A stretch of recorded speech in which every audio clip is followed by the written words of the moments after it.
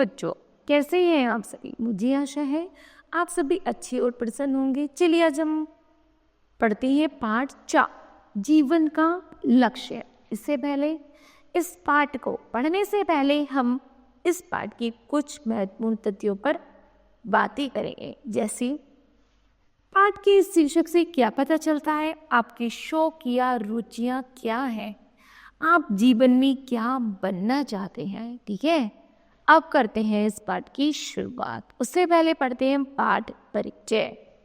इस पाठ में जीवन के लक्ष्य पर प्रकाश डाला गया है कि प्रत्येक व्यक्ति की रुचियां और योग्यताएं भिन्न भिन्न होती है।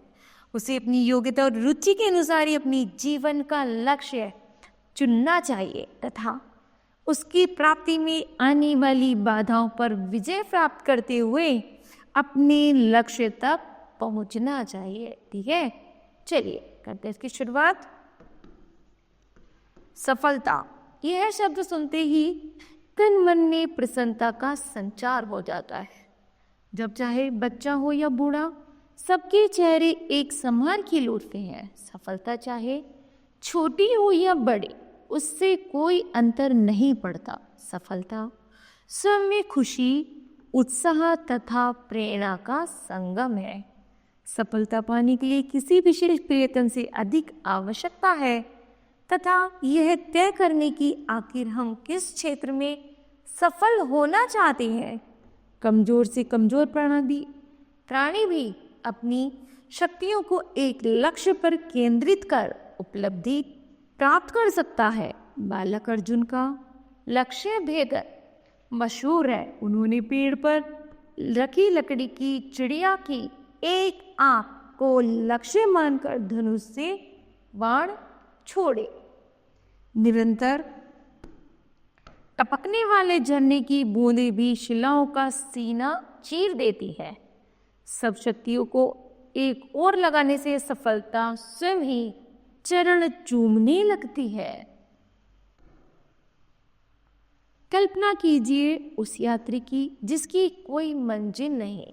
रेलवे स्टेशन पर खड़ा वह यात्री और विभिन्न दिशाओं की ओर ले जाती असंख्य रेलगाड़ियां जो उसे रेगिस्तानों, कश्मीर की वादियों, सागर की उठती गिरती लहरों, असम की हरी भरी पहाड़ियों, पंजाब के लहलहाते खेतों, गंगा यमुना के तटों और न जाने कहां तक ले जा सकती है। परंतु क्या एक ही समय वह सब जगह जा सकता है? जाने के लिए उसे एक मंजिल चुननी होगी। इसके अभाव में तो यात्री वहीं खड़ा प्रतीक्षा करता रहेगा और समय बीत जाएगा। जीवन में सफलता के लिए अपनी मंजिल का सही समय पर चुनाव अत्यंत आवश्यक है। प्रत्येक व्यक्ति की किसी खास काम में रुचि हुआ करती है और इसी रुचि को पहचानने के लिए कभी कम तो कभी अधिक प्रयत्न करना पड़ता है। कोई भी कदम उठाने से पूर्व विचार अवश्य करना चाहिए कि आखिर हम चाहते क्या है, हमारा लक्ष्य क्या है। जब तक लक्ष्य साधा नहीं जाएगा उसी पाना दूभर है।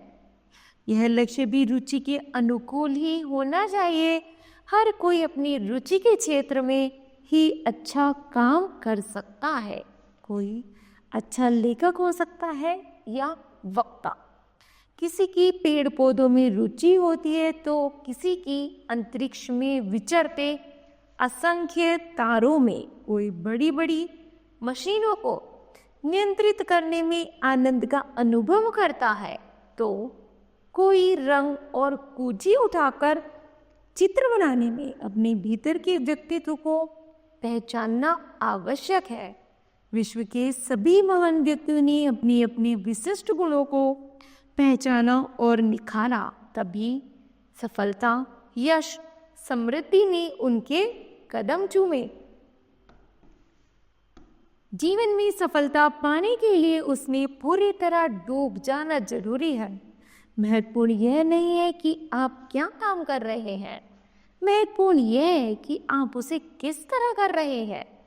दूसरे का मुंह ताकने वाला कभी सफल नहीं होता। यह सच यह भी है कि अवसर आपको नहीं तलाशता, आपको सही अवसर की तलाश करनी पड़ती है। प्रकृति हमें काम में जुटे रहने की प्रेरणा देती है।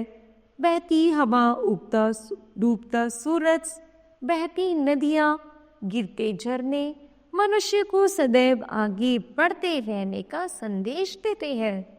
इन्हीं की तरह जो जुटा रहता है, सफलता उसी के चरण चूमती है। लक्ष्य निर्धारित करते समय हमें अपनी योग्यताओं पर भी विचार करना चाहिए। प्रकृति भी हमें यही सिखाती है। हर पदार्थ का अलग रंग रूप है, गुण है। हमें वही करना चाहिए जो हम अच्छी तरह कर सकते हैं। कोई कवि बन सकता है, कोई अभिनेता, कोई वैज्ञानिक, तो कोई खिलाड़ी बन सकता है। किसी से तुलना नहीं की जा सकती, परंतु व्यक्ति की रुचियां एवं योग्यताएं भिन्न भिन्न होती है। संसार के जो व्यक्ति अपना जीवन लक्ष्य मानवता को आधार बनाकर चुनते हैं, वे महान कहलाते हैं। उनके विचार और काम समय की सीमा पार कर अमर हो जाते हैं।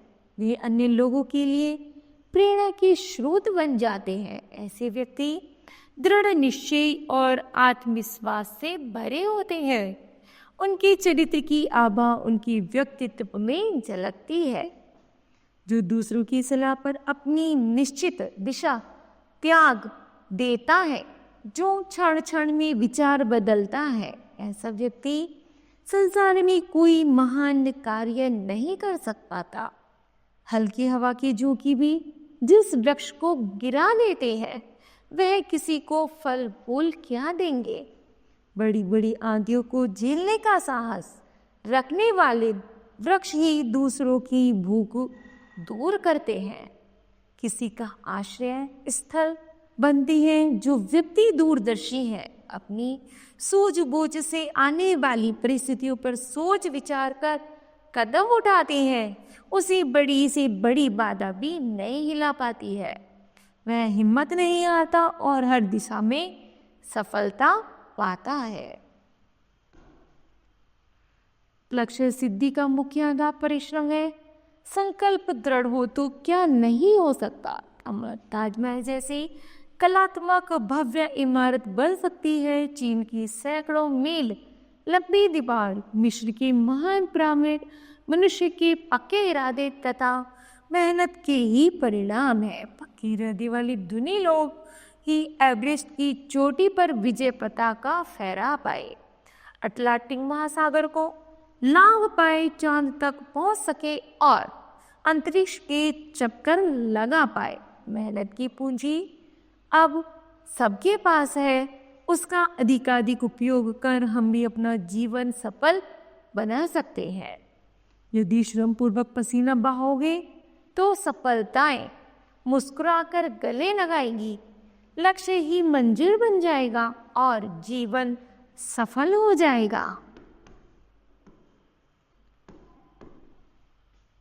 तो बताओ बच्चों, हमें इस बात से क्या शिक्षा मिलती है? हमें शिक्षा मिलती है कि हमें अपने जीवन में लक्ष्य बनाकर उस पर चलना चाहिए। अपना जीवन यूं ही व्यर्थ नहीं गंवाना चाहिए। ठीक है, तो मुझे आशा है बच्चों यह पाठ आपको भली भांति समझ आया होगा। धन्यवाद।